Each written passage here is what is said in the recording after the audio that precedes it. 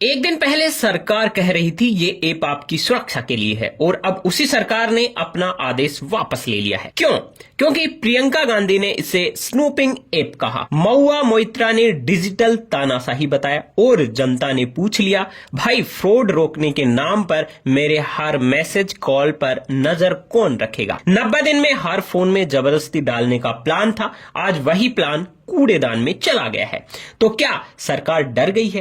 क्या सच में कुछ गड़बड़ था? आज इस वीडियो में जानेंगे संचार साथी ऐप का पूरा काला सच। तो चलिए शुरू करते हैं। सबसे पहले जानते हैं संचार साथी ऐप आखिर क्या है।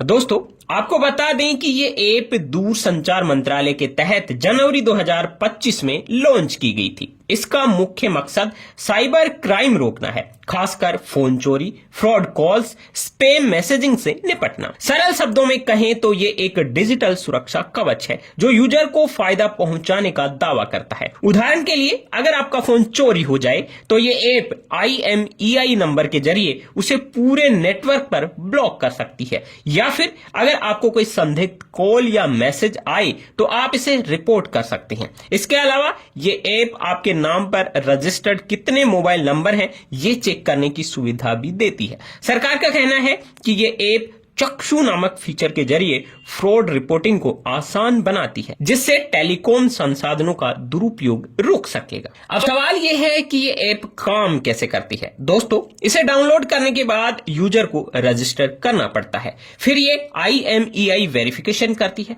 फिर आपका डिवाइस असली है या नकली। अगर फोन चोरी हो तो लोकेशन शेयर करके पुलिस को ट्रैक करने में मदद मिलती है। फ्रॉड कॉल या SMS रिपोर्ट करने पर यह डेटा दूरसंचार विभाग यानी DOT के सेंट्रलाइज सर्वर पर स्टोर हो जाती है। यहां सबसे खास बात यह है कि यह डेटा सिर्फ कानूनी जरूरत पर ही शेयर होते हैं, जैसे पुलिस, CBI या राज्य सरकारों के साथ। लेकिन प्राइवेट पॉलिसी में डेटा कितने समय तक रखा जाएगा, इसकी कोई साफ समय सीमा नहीं बताई गई है। सिर्फ इतना कहा गया है कि डेटा सुरक्षित रखा जाएगा। लेकिन असली विवाद तब शुरू हुआ जब 28 नवंबर 2025 को DOT ने एक आदेश जारी किया। इस आदेश में कहा कि सभी मोबाइल मैन्युफैक्चरर्स, चाहे वो सैमसंग, एप्पल, Xiaomi हो या कोई भी फोन बनाने वाली कंपनी है, उनको ये ऐप प्री इंस्टॉल करनी होगी। 90 दिनों के अंदर ये लागू होना है और 120 दिनों में कंप्लायंस रिपोर्ट देनी होगी। पुराने फोन्स पर सॉफ्टवेयर अपडेट के जरिए ऐप इंस्टॉल होगी। आदेश में साफ कहा गया है कि ऐप को यूजर के लिए आसानी से विजिबल रखना है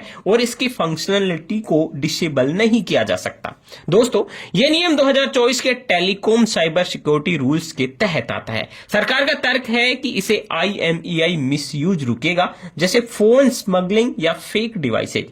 लेकिन विपक्ष ने इसे बिग ब्रदर सर्विलांस बता दिया। अब आते हैं प्रियंका गांधी के आरोपों पर। आपको बता दें, प्रियंका ने सोशल मीडिया और संसद के बाहर से स्नूपिंग ऐप कहा था। उनका कहना है ये ऐप फ्रॉड प्रिवेंशन के नाम पर नागरिकों की जासूसी करेगा। सरकार हर मैसेज, हर कॉल पर नजर रखना चाहती है। ये निजता का सीधा उल्लंघन है और देश को तानाशाही की ओर धकेल रहा है। प्रियंका ने आगे कहा, फ्रॉड रिपोर्टिंग और हर नागरिक के फोन में घुसपैठ के बीच बारीक लकीर है। साइबर सिक्योरिटी जरूरी है, लेकिन ये बहाना नहीं कि सरकार हर फोन में घुस जाए। आपको बता दें कि प्रियंका का ये बयान 2 दिसंबर 2025 को संसद के बाहर आया, जब विंटर सेशन चल रहा था। उन्होंने अनुच्छेद 21 का हवाला दिया, जो जीवन और निजता के अधिकार की गारंटी देता है।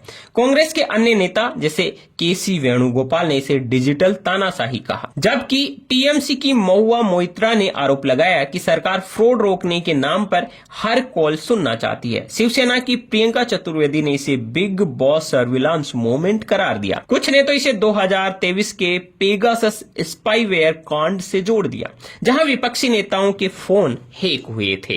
अब इस पर सरकार की सफाई क्या है? विपक्ष के भारी विरोध, डिजिटल अधिकार संगठनों की गंभीर आपत्तियों और संसद के शीतकालीन सत्र में लगातार हंगामे के बाद केंद्र सरकार ने आखिरकार अपने उस विवादास्पद आदेश को वापस ले लिया है, जिसमें स्मार्टफोन कंपनियों के लिए संचार साथी ऐप को फोन में पहले से इंस्टॉल करना अनिवार्य किया गया था। दूरसंचार मंत्री ज्योतिरादित्य सिंधिया ने राज्यसभा में सरकार का रुख स्पष्ट किया। मंत्री ने जोर देकर कहा कि ऐप का इस्तेमाल जासूसी के लिए नहीं किया जा सकता और न ही किया जाएगा। सरकार ये अनिवार्यता वापस ले रही है और अब ये ऐप पूरी तरह स्वैच्छिक होगा। सिंधिया ने सदन को बताया कि हमारा लक्ष्य सिर्फ साइबर फ्रॉड और चोरी हुए फोन को रोकना है, क्योंकि इस ऐप की लोकप्रियता तेजी से बढ़ रही है और नागरिक इसे स्वेच्छा से डाउनलोड कर रहे हैं, इसलिए हमने इसे अनिवार्य बनाने का फैसला वापस ले लिया है। तो दोस्तों, ये था संचार साथी ऐप पर पक्ष और विपक्ष के जो दावे थे और सरकार का रुख था। इसी